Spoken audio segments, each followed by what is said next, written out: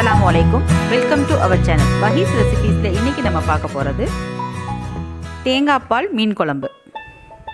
அதுக்கு சின்ன வெங்காயம், தக்காளி, பூண்டு, தேங்காய், பச்சை மிளகாய் எல்லாம் எடுத்து வச்சுருக்கோம். ஒரு பெரிய லெமன் அளவு புளி எடுத்து தண்ணியில் ஊற வச்சுக்கிறோம். நல்லெண்ணெய் ஒரு 5-6 கரண்டி ஊற்றிக்கிறோம். வெந்தயம், ஜீரகம், சோம்பு போட்டு தாளிச்சுக்கிறோம். எல்லாம் 1/4 ஸ்பூன் போட்டு தாளிச்சுக்கிறோம். இதை பவுட்ரு பண்ணி கூட போட்டு தாளிக்கலாம். சின்ன வெங்காயம் எடுத்து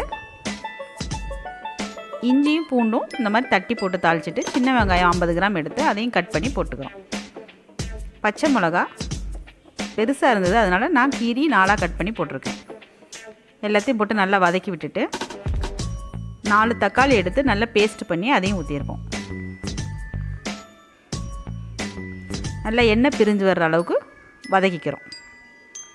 இப்போ புளி கரைச்சி எடுத்ததில் மஞ்சத்தூள் 1/4 ஸ்பூன் போட்டுட்டு, நம்மளோட மல்டி ஸ்பெஷல் மசாலா தூள், உங்களுக்கு அது தெரியலனா டிஸ்கிரிப்ஷனில் லிங்க்ஸ் கொடுக்குறேன், இப்போ பாருங்கள்.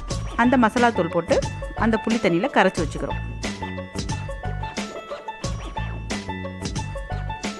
நல்லா எண்ணெய் பிரிஞ்சு வர வரைக்கும் வதக்கினதுக்கப்புறமா மிளகாத்தூள் 1 ஸ்பூன் போட்டுட்டு, நான் சின்ன ஸ்பூனாக இருக்கனால 2 ஸ்பூன் போட்டிருக்கேன். 1/4 ஸ்பூன் அளவில் நான் 2 ஸ்பூன் போட்டிருக்கேன். நீங்கள் பெரிய ஸ்பூனாக இருந்தால் 1 போட்டுக்கோங்க.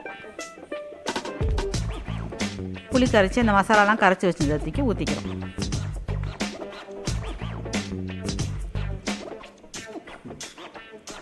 நல்லா கொதித்து வந்ததுக்கப்புறமா பச்சை வாசனைலாம் போய் புளியோட பச்சை வாசனை, மசாலா தூளோட வாசனை எல்லாம் போனதுக்கப்புறமா நான் இன்றைக்கி என்ன மீன், கிளி மீனுன்னு சொல்லுவாங்கள்ல, அந்த மீன் 1/2 கிலோ அளவுக்கு வாங்கிட்டு வந்து அதை போட்டிருக்கேன். தலை, வால், துண்டு எல்லாம் போட்டு குழம்பு வச்சுருக்கேன்.